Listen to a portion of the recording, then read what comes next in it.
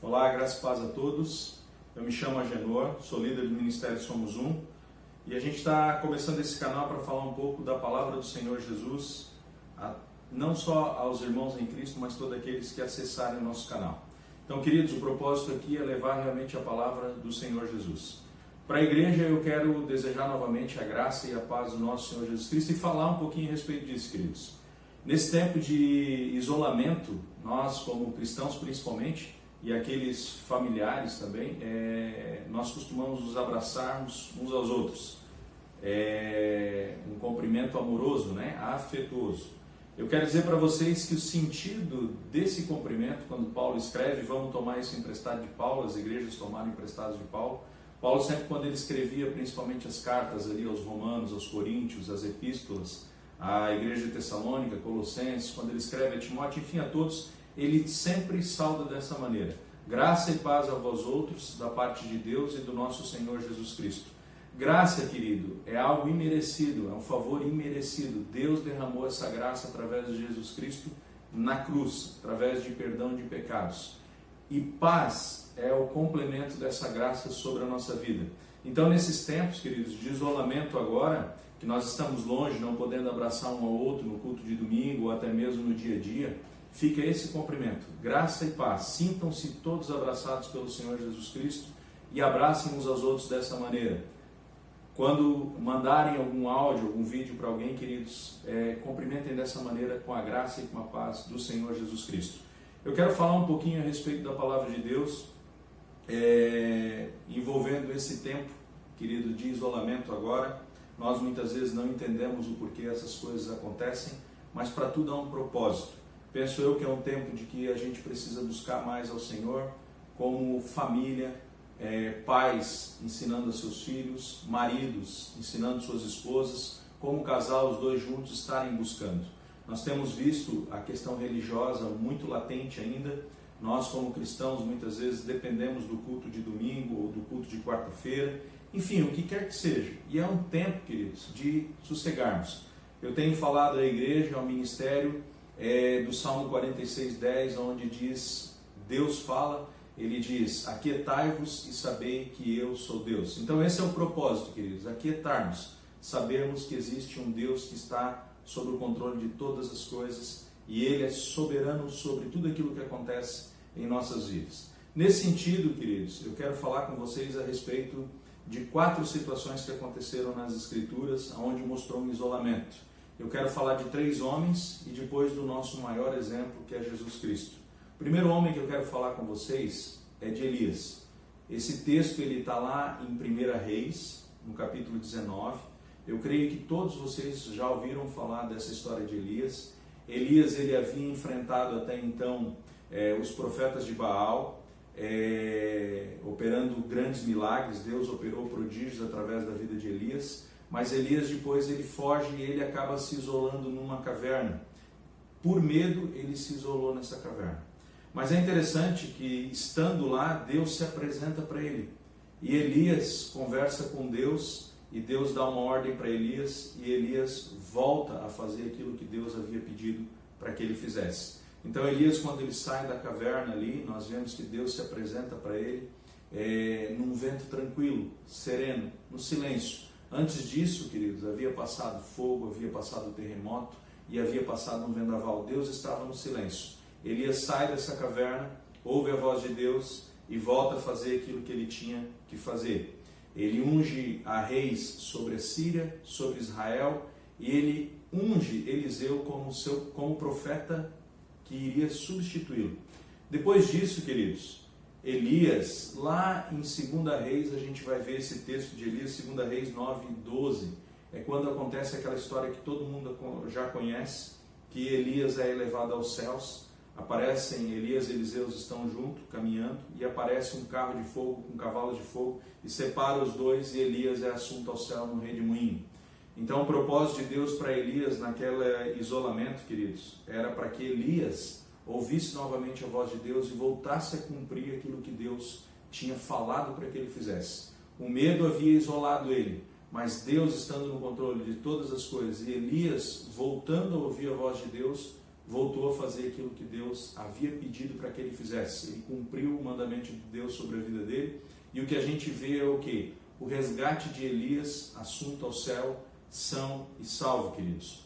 Um outro exemplo que eu quero trazer para vocês é do apóstolo Paulo. O apóstolo Paulo é, com certeza, o maior pregador do evangelho de todos os tempos. Era um homem que perseguia a igreja antes da sua conversão, mas depois, quando convertido, ele passou a sentir no corpo, querido, as dores de Cristo por amor ao evangelho. Mas esse homem também passou por um isolamento. Quando ele vai para Jerusalém, ele é preso em Jerusalém.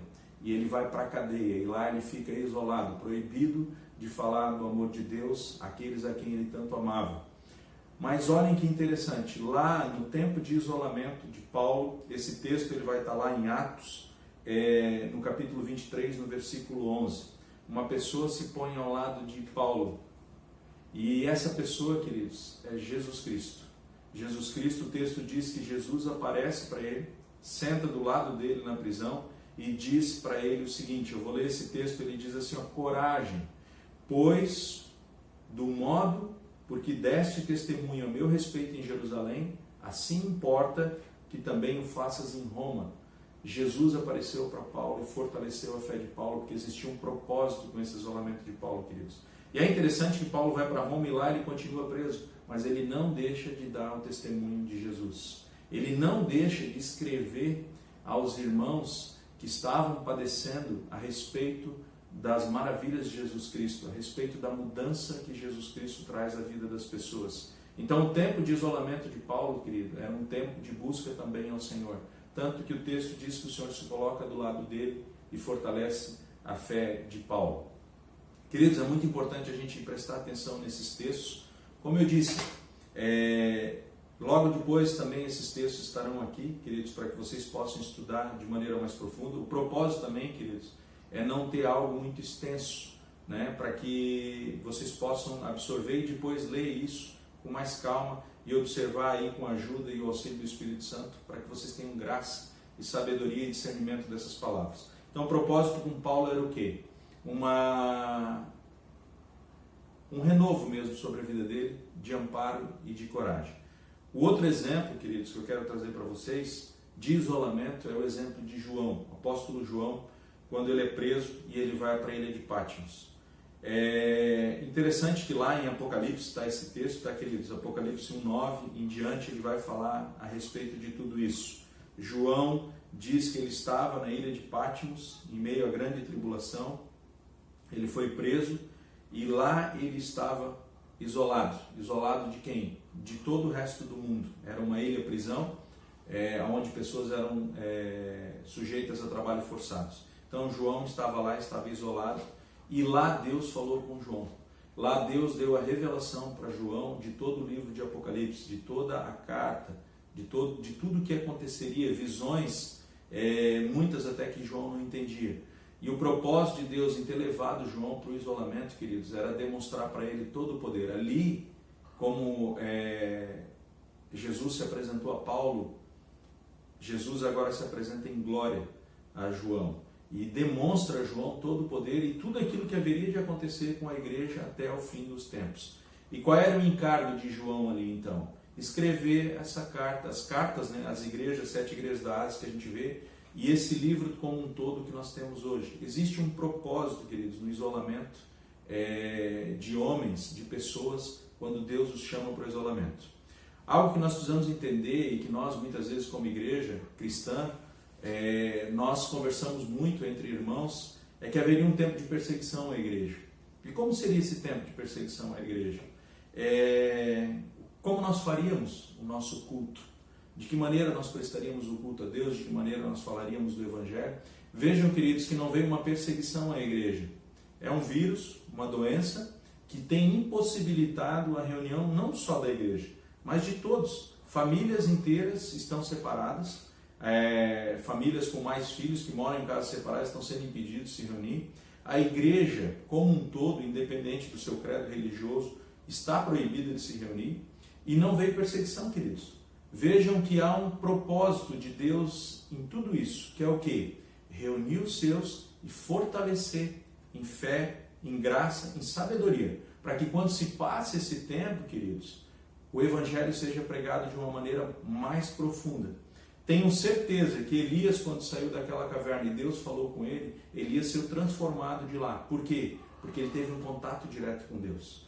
Paulo, queridos, mesmo em meio à prisão, ele teve uma fidelidade, ele teve um contato maior com Jesus Cristo e ele pôde pregar do amor de Deus mesmo de dentro da prisão. João, mesmo morrendo na ilha de Patmos, deixou um legado muito grande, tudo aquilo que foi escrito para que a gente tenha conhecimento da vontade de Deus sobre a nossa vida. Esse tempo de isolamento, queridos, é um tempo de busca a Deus, de intimidade com Deus. Assim como Deus ordenou a Elias aquilo que ele precisava fazer, assim como ele ordenou a Paulo, fortaleceu a fé de Paulo para que Paulo cumprisse o propósito de Deus na vida dele. E assim como Deus revelou coisas a João, é isso que Deus quer fazer conosco como igreja, queridos. Revelar coisas que ainda estão nos ocultas. Revelar coisas que nós precisamos fazer. Deus quer ordenar coisas à nossa vida como igreja, como cristãos, que nós ainda precisamos fazer. Lembram que eu falei para vocês que eu queria citar 3 exemplos de homens, mas o maior exemplo nosso é Jesus Cristo? Jesus Cristo também se isolava. Por períodos curtos, Jesus se isolava. E eu quero trazer para vocês um texto que ele está lá em Mateus 26, que vai falar do isolamento de Jesus no Getsemane, um pouco antes da sua crucificação, do seu sacrifício por nós, lá naquela cruz, queridos. Texto de Mateus 26, dos versículos 36 até o versículo 46. Esse texto eu quero ler com vocês, compartilhar um pouquinho e deixar esse texto para que vocês meditem. Aqui a gente vai entender o propósito de isolamento, queridos. Ele diz assim: em seguida foi Jesus com eles a um lugar chamado Getsemane e disse a seus discípulos: assentai-vos aqui enquanto eu vou ali orar. E levando consigo a Pedro e aos 2 filhos de Zebedeu, começou a entristecer-se e angustiar-se. Então lhes disse: a minha alma está profundamente triste até a morte. Ficai aqui e vigiai comigo. Adiantando-se um pouco, prostrou-se sobre o seu rosto, orando, dizendo: meu Pai, se possível, passa de mim este cálice. Todavia não seja como eu quero, e sim como tu queres. E voltando para os discípulos, achou-os dormindo, e disse a Pedro: então nem uma hora pudestes vós vigiar comigo? Vigiai e orai para que não entreis em tentação. O espírito, na verdade, está pronto, mas a carne é fraca. Tornando a retirar-se, orou de novo, dizendo: meu Pai, se não é possível passar de mim este cálice, sem que eu o beba, faça-se a tua vontade. E voltando, achou-os outra vez dormindo, porque os seus olhos estavam pesados. Deixando-os novamente, foi orar pela 3ª vez, repetindo as mesmas palavras. Então voltou para os discípulos e lhes disse: ainda dormis e repousais? Eis que é chegada a hora, e o Filho do Homem está sendo entregue nas mãos dos pecadores. Levantai-vos e vamos, eis que o traidor se aproxima. Queridos, o que eu quero destacar nesse texto, Jesus nos chama à parte para termos um tempo de vigia e de oração. O que eu quero destacar é o versículo 40 e o versículo 41, onde Jesus diz assim, e voltando aos discípulos, achou-os dormindo e disse a Pedro: então nem uma hora pudestes vós vigiar comigo? Queridos, é um tempo de vigiarmos, é um tempo de oração. Nós temos visto, querido, essa doença se propagando e muitos cristãos não levando a sério isso. Pessoas estão sendo contaminadas e a contaminação de muitos, queridos, vai gerar morte. Nós, como igreja, é hora de vigiarmos e orarmos, clamarmos pela nossa nação, clamarmos pelo mundo inteiro. Existem muitos homens, mulheres, missionários, queridos, que estão espalhados pelo mundo, necessitando da nossa oração, e nós estamos fazendo o quê? Dormindo. Eu tenho visto, queridos, e a internet tem mostrado tudo que tem sido feito, tudo que tem sido disposto nesses últimos tempos. Canais de televisão, livros estão sendo dispostos para leitura. Tudo isso é lindo, tudo isso é maravilhoso, queridos. E os cristãos, em vez de aproveitar esse tempo de retiro, um tempo de descanso, um tempo de isolamento para fazer isso que Jesus tem pedido, tem determinado tempo para outras coisas, queridos. Muita televisão, muita internet, pouca oração, pouca intercessão, pouco vigia. Nós estamos vigiando pouco, queridos. Precisamos aumentar esse tempo. Jesus tem nos chamado a um tempo de quê? De oração. Um tempo para que possamos vigiar junto com Ele, querido, pela nação. E Ele diz nem por 1 hora nós podemos vigiar. Isso, queridos, eu quero trazer à igreja, falando como pai, falando como marido e também falando como líder da igreja. Quanto tempo nós temos tirado em família, num dia de 24 horas, para orar ao Senhor, clamar ao Senhor, interceder por essas vidas, queridos, por médicos, por autoridades, por policiais, pessoas que estão na linha de frente, pessoas que estão morrendo sendo contaminadas por esse vírus. Quanto tempo nós temos tirado? E eu quero aqui também reconhecer a minha falha. Não adianta também vir aqui pregar uma coisa e não viver. Nós precisamos, queridos, como igreja, tirarmos um tempo. Nós, antes desse vírus, antes dessa pandemia, queridos, nós sempre conversamos com membros e com muitos irmãos de igreja. Nós temos visto o que nesses últimos tempos? Todo mundo falando assim, eu não tenho tempo, eu não tenho tempo. Eu estou atarefado com o meu trabalho, eu estou atarefado com isso, eu estou atarefado com aquilo, eu não dou conta de fazer o meu trabalho. Querido, tu querias um tempo para orar? É esse tempo. Ore mais, busque mais ao Senhor, busque conhecer as Escrituras. Esses textos que eu passei, queridos, tirem tempo. Hoje é um domingo, tirem tempo, queridos. Nós temos visto pessoas determinando tempo para tantas coisas, menos para oração, menos para o compartilhar da palavra. Pai, saiba que tu tem a responsabilidade sobre o teu filho. Ora e vigia com o teu filho para que ele não se perca no mundo da internet. Estamos isolados do mundo, não pecaremos, pecamos sim, porque a concupiscência vem através dos olhos. Cuida com o que tu estás vendo na televisão, cuida com o que tu estás vendo na internet. Marido, cuida da vida da tua esposa, tira um tempo de oração com ela, um tempo de edificação, ensina para ela a vontade de Deus sobre a vida dela. Busca qual é o propósito de Deus para a tua vida, querido. Vai edificar a tua família, ora e vigia. Esse vírus, se entrar na nossa casa, querido, ele pode matar o nosso corpo e nos condenar à morte, mas o pecado e a falta de Deus nos condena a nossa alma, e é isso que Jesus está preocupado. É isso que Jesus quer salvar a nossa alma. Ele diz que Ele veio para salvar a nossa alma. Então é um tempo de orar e de vigiar, de abandonarmos os desejos pecaminosos. Eu não estou dizendo aqui, querido, que vocês não podem ver filme, que vocês não podem fazer outra coisa. Não é isso. Mas determinem um tempo maior para a palavra de Deus. Vigiem com o Senhor Jesus. Já pensou, querido, se esse vírus atinge a nossa casa e alguém de nós morre? Imagine que você morra. E aí você vai chegar aos céus e você vai dizer para Jesus: e aí, o vírus me alcançou, e Jesus vai dizer para ti: querido, tu não pôde nem vigiar comigo 1 hora, tu não intercedeu por ninguém 1 hora, tu não intercedeu nem por ti mesmo, tu não orou nem por ti mesmo. Onde está o cuidado da nossa vida? É um tempo de isolamento para quê, queridos? Para que possamos buscar mais a Deus. E o versículo 41, ele vai dizer: orai, ou vigiai e orai, para que não entreis em tentação. O Espírito, na verdade, está pronto, mas a carne é fraca. O que Jesus está dizendo? O Espírito Santo que está em ti, querido, ele está pronto. Se tu morreu, ele vai voltar para Deus. Mas a tua carne ainda é fraca, por isso que nós precisamos vigiar. Jesus está falando aqui, querido: vigiai e orai para que não caias em tentação. Não estamos circulando na rua, não vamos ver nada na rua em que vá tentar. Mas isso que está me gravando aqui, queridos, esse canal, ele traz bênçãos, mas também traz muitas tentações. Orem. Outro detalhe, não é a tentação, queridos, não é só desse tipo de pecado. A tentação está dentro da nossa casa. Aonde? Falta de relacionamento entre família. Lembram que é um tempo de isolamento? Coisas precisam ser resolvidas entre a família. Nós precisamos vigiar nisso, querido. Falar com mais paciência com os nossos filhos, usar de mais paciência com nossas esposas. Esposas, respeitar mais os maridos, filhos, honrar mais aos pais. Vejam que isso é ensino de Jesus para a nossa vida. E é isso que Jesus está trazendo. Que nós possamos sair, queridos, nesse período de quarentena, fortalecidos para saber qual o propósito de Deus sobre a nossa vida. Então é o que? É buscar mais a Deus. Nós, cristãos, não podemos estar reunidos como igreja no culto de domingo, mas precisamos estar reunidos em espírito orando.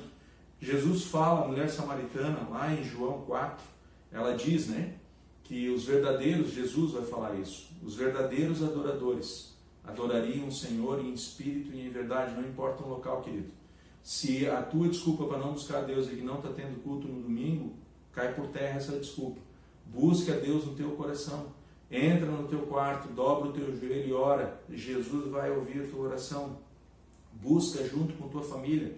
Esqueçam, queridos irmãos, nós precisamos abandonar essas questões religiosas que diz que em tal lugar e tal lugar Jesus está. Queridos, Jesus está presente no nosso coração. Não importa qual a tua denominação, não importa se tem culto no domingo ou não. O que importa é que Jesus está presente contigo em todo o tempo, 24 horas por dia, porque é promessa dele. Ele disse para nós que ele estaria conosco todos os dias da nossa vida até a consumação dos séculos. Não perca a oportunidade de andar com Cristo. Tome esse tempo, querido, para buscar a Deus, edificar a tua vida, edificar a vida da tua família, para que quando esse tempo passe, tu possa sair na rua e dizer: foi um tempo de graça, foi um tempo de bênção, porque eu pude conhecer melhor a Deus. Assim como Elias conheceu, assim como Paulo conheceu, assim como João conheceu, esse é o propósito de Deus para a nossa vida nesse tempo, que o conheçamos de maneira melhor. Queridos, lembrando novamente daquele texto de Salmos 46:10, isso eu sempre vou citar aqui para vocês: aquietai-vos e sabei que eu sou Deus. Quero orar com vocês, queridos, pedindo a graça, a sabedoria de Deus, dizer à igreja universal, a igreja que se reúne em todos os locais, a igreja verdadeira, a igreja de Deus. Fiquem firmes, queridos, não desanimem, é um tempo de buscar ao Senhor. Aproveitem, Deus deixou para nós a sua palavra. Orem, busquem.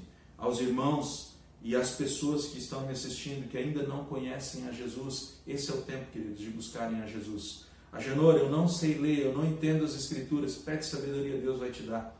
Leia, mas leia com fé, querendo realmente conhecer esse Deus maravilhoso que um dia entregou a vida para nos salvar, queridos, para nos reconciliar com Ele. E esse é o período agora de reconciliação com Deus. Busque a Deus. Se você não conseguir, peça ajuda. Hoje a internet precisa ser usada para isso.